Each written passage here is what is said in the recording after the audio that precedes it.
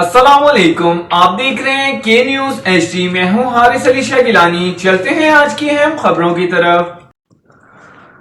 खबरों का सिलसिला आगे बढ़ाते हुए रुक करेंगे साहिवाल का। साहिवाल के नवाही गांव 139 नोएल से ताल्लुक रखने वाले बासर जाबिर नामी शख्स स्मॉल इंडस्ट्री ड्राइव-इन में एक होटल की आड़ में लाहौर और रायविंड के फ्लोर मिल से गैर कानूनी तरीके से सस्ता आटा भारी स्टॉक मंगवाकर मुख्तलिफ इलाकों में ब्लैक में सेल करवाने और जखीरा करने का इंकशाफ।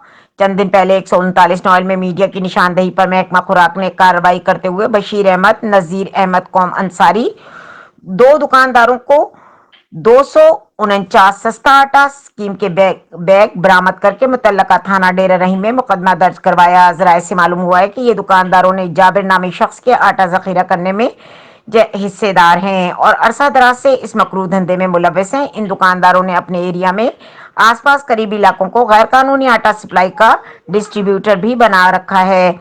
यहां से हजारों बैग रोजाना की बुनियाद पर फरोख्त किए जाते रहे हैं, जो कि गवर्नमेंट ऑफ पंजाब को करोड़ों रुपए का नुकसान बनता है। इस आटा माफिया के खिलाफ अहले इलाका के मुअज्जिजीन ने जब कार्रवाई करवाना चाहिए तो बासर दुकानदार बशीर और दीगर ने मुअज्जिजीन को संगीन नताइज की धमकियां देना शुरू कर दी।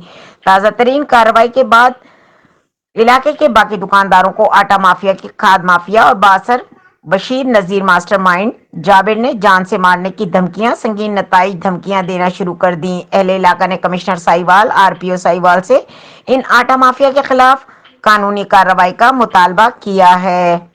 मजीद खबरों और अपडेट्स के लिए हमारे साथ रहिएगा। तब तक के लिए अपना ख्याल रखिएगा। अल्लाह हाफिज।